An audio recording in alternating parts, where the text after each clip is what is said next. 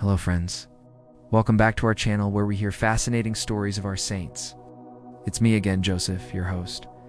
Have you ever wondered if an ordinary life can be extraordinary? If you can become a saint just by doing everyday things?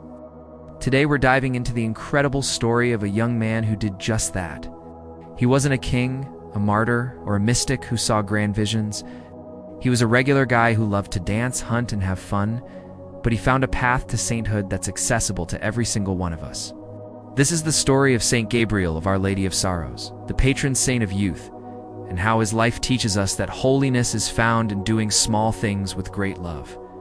Get ready to be inspired, because his journey might just change the way you see your own. Before he was known as Gabriel, he was Francesco Possenti, born in 1838 in Assisi, Italy, the same town as St. Francis.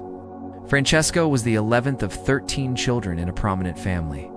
His father was a governor, and Francesco grew up with all the comforts of high society. He was handsome, intelligent, and the life of every party. He was known for his impeccable fashion sense, his skill on the dance floor, and his love for hunting and the theater. His friends called him the dancer. On the surface, he looked like a young man destined for a successful worldly career, a good marriage, and a comfortable life. But beneath that polished exterior, God was quietly calling him to something more, something deeper. Twice during his youth, Francesco fell gravely ill. Each time, facing the possibility of death, he promised God that if he recovered, he would enter religious life. And each time, once he was back on his feet and surrounded by the familiar joys of his social life, the promise faded. It's a relatable struggle, isn't it? We make big promises in moments of crisis, but when the crisis passes, it's easy to forget. But God is persistent. The third call was one Francesco could not ignore. During a procession of a miraculous icon of the Virgin Mary in 1856, as the image passed by, Francesco felt a powerful, undeniable gaze upon him. He heard an interior voice, clear as day, speaking to his heart. "Francesco, the world is not for you. You must enter religious life." This time it was different. This wasn't a bargain made in fear. It was a direct, loving invitation. The gaze of Our Lady pierced his soul, and in that moment, the allure of the world, the parties, the fine clothes, it all lost its appeal. He knew with absolute certainty what he had to do. Imagine the shock of his family and friends. Francesco, the dancer, the most popular guy in town, wanted to become a monk. His father was especially resistant. He tried everything to dissuade him, even sending him to live with relatives, hoping a change of scenery would change his mind. But Francesco's resolve was firm. He had heard the call, and this time he was going to answer it. He chose to join one of the most austere religious orders, the Passionists, a congregation dedicated to meditating on the Passion of Christ and the sorrows of Mary. He was giving up everything: his wealth, status, his future, his very name. At the age of 18, Francesco Possenti left his old life behind. He entered the Passionist novitiate and took the name Gabriel of Our Lady of Sorrows. From the moment he put on the black habit of the Passionists, a profound transformation began. The socialite who loved attention became a humble novice who sought to be hidden. The young man who craved excitement found joy in the quiet routine of prayer, study, and manual labor. He didn't perform extraordinary penances or have mystical visions that we know of. Instead, his path to holiness was something he called 41 resolutions. So what was this 41 resolutions?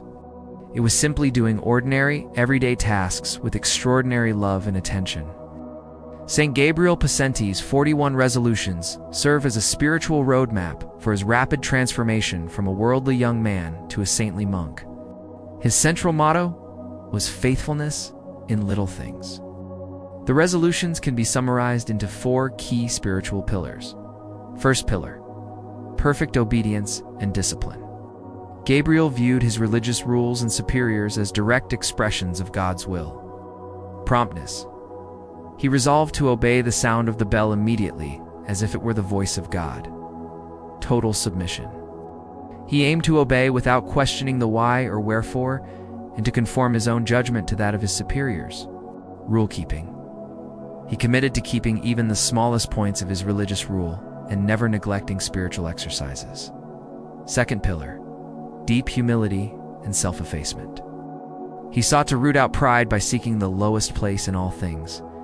Regarding others, He resolved to consider everyone his superior and to treat all with reverence. Regarding self, he vowed never to speak a word in his own praise, never to take pleasure in praise from others, and never to excuse himself when blamed or corrected. Daily practice. He committed to performing specific acts of humility every morning and evening. Third pillar, mortification and custody of the senses. To stay focused on God, he practiced strict control over his physical and mental impulses. In view of speech and curiosity, he resolved to check his desire to talk, avoid worldly conversations, and shun idle curiosity. In view of physical discipline, he vowed not to eat outside of mealtimes, to eat with reserve rather than avidity, and to accept all inconveniences gladly. And in view of internal quiet, he sought to close his heart against disquiet and immediately suppress any emotions that might cloud his mind. Fourth pillar, charity and fraternal love. Gabriel focused on a selfless, non-judgmental love for those around him. Covering faults, he resolved never to speak of others' faults and to cover up the faults of others by showing a good opinion of them, or rejoicing in others. He vowed to rejoice in the success and good work of others as if it were his own. Kindness. He committed to practicing kindness by assisting and serving everyone. The ultimate goal of these 41 resolutions was to give to God the best that I have, the entire affection of my heart. He wrote in his journal, "My sanctity must consist in being always cheerful, in doing my duties exactly, and in giving pleasure to my superiors." It's a powerful lesson. You don't have to do dramatic things to be holy. You just have to do what you're supposed to do, right here, right now, with all your heart. A key part of Gabriel's spirituality was his deep, tender devotion to Our Lady of Sorrows. He saw Mary not just as the Queen of Heaven, but as a loving mother who stood by her son at the foot of the cross. He meditated constantly on her 7 sorrows and found in her a perfect model of love, patience, and courage in the face of suffering. He believed that by uniting his own small struggles and pains with Mary's sorrows, he could participate in Christ's redemptive work. This devotion wasn't gloomy or depressing. For Gabriel, it was a source of immense joy and strength. He aimed for an uninterrupted recollection of her, frequently whispering Maria Mia throughout the day. It is said he would not even let the memory of her leave him while he slept. In the monastery garden, he cultivated a specific plot of flowers exclusively to adorn her shrine, believing that beautiful images fostered deeper devotion. Gabriel also wrote a collection of Marian praises, often called Our Lady's Creed, which summarized his beliefs. Number 1. Refuge. He believed Mother Mary was the sole refuge of sinners after God. Number 2. Assistance. He taught that Mother Mary hastens to help those who call upon her regardless of their past. Number 3. Consolation. He believed that Mother Mary's name brought sweetness like music to the ears and joy to the heart. He understood that true love often involves sacrifice, and that sharing in the sorrows of those we love is the deepest form of intimacy. Life in the monastery wasn't always easy. The routine was demanding, the discipline was strict, and Gabriel, like everyone, had his faults to overcome. He struggled with a quick temper at times and had to work hard to cultivate patience and gentleness. But his defining characteristic was his infectious joy. His fellow novices remembered him not as somber or severe, but as constantly cheerful. He had a quick wit and a ready smile, and he brought a spirit of happiness to the community. This wasn't a fake or forced happiness. It was the deep, authentic joy that comes from knowing you are loved by God and are exactly where you are meant to be. He showed everyone that a life dedicated to God is not a life of misery, but a life of profound and lasting joy. Tragically, Gabriel's time as a Passionist was short. Just as he was nearing the end of his studies and preparing for ordination to the priesthood, he contracted tuberculosis. His health declined rapidly, but even in his final illness, his sanctity shone brightly. He accepted his suffering with incredible peace and cheerfulness, seeing it as his final opportunity to unite himself with the crucified Christ and his sorrowful mother. He never complained. Instead, he continued to be a source of joy and encouragement to his brothers. He would tell them, "Suffer with joy. It is the best way to love God." On February 27, 1862, at the young age of 24, Gabriel's journey on earth came to an end. In his final moments, he held a crucifix and an image of Our Lady of Sorrows close to his heart. His last words were reported to be a gentle whisper, "Oh, my mother, make haste." He died not in fear, but with the peaceful confidence of a child going home to his mother. He had lived for only a few years in the monastery, had never been ordained a priest, had never preached a sermon or performed a public miracle. By the world's standards, his life was short and uneventful. But in the eyes of God, it was a masterpiece of love. So what can we learn from Saint Gabriel today? First, trust God's plan, even when it doesn't make sense. Gabriel gave up a life of comfort and success for a hidden life of prayer, and in doing so, found true fulfillment. Your second, don't underestimate the power of small things. Holiness isn't reserved for grand gestures.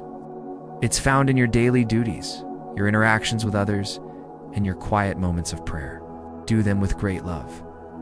Third, find joy in your journey. A life of faith is not meant to be a burden, but a source of deep and lasting happiness. And finally, listen for God's call, like he did for Francesco. God is calling each of us to a unique mission of love. We just need to quiet our hearts long enough to hear it. Saint Gabriel, of Our Lady of Sorrows, was canonized as saint in 1920. He is the patron saint of youth, students, seminarians, and the Abruzzi region of Italy. His life is a beautiful testament to the fact that you do and need to be extraordinary to be a saint. You just need to love God with all your heart and show that love in the ordinary, everyday moments of your life. His story is a beacon of hope for all of us, especially young people, showing that a life of holiness is not only possible, but is the greatest adventure of all. Thanks so much for watching. If this story inspired you, please hit that like button and subscribe for more stories of faith that can change your life. Let us know in the comments which lesson from Saint Gabriel's life resonated with you the most. Take care, everyone. Stay healthy and hungry for holiness. See you next time, and God bless you always.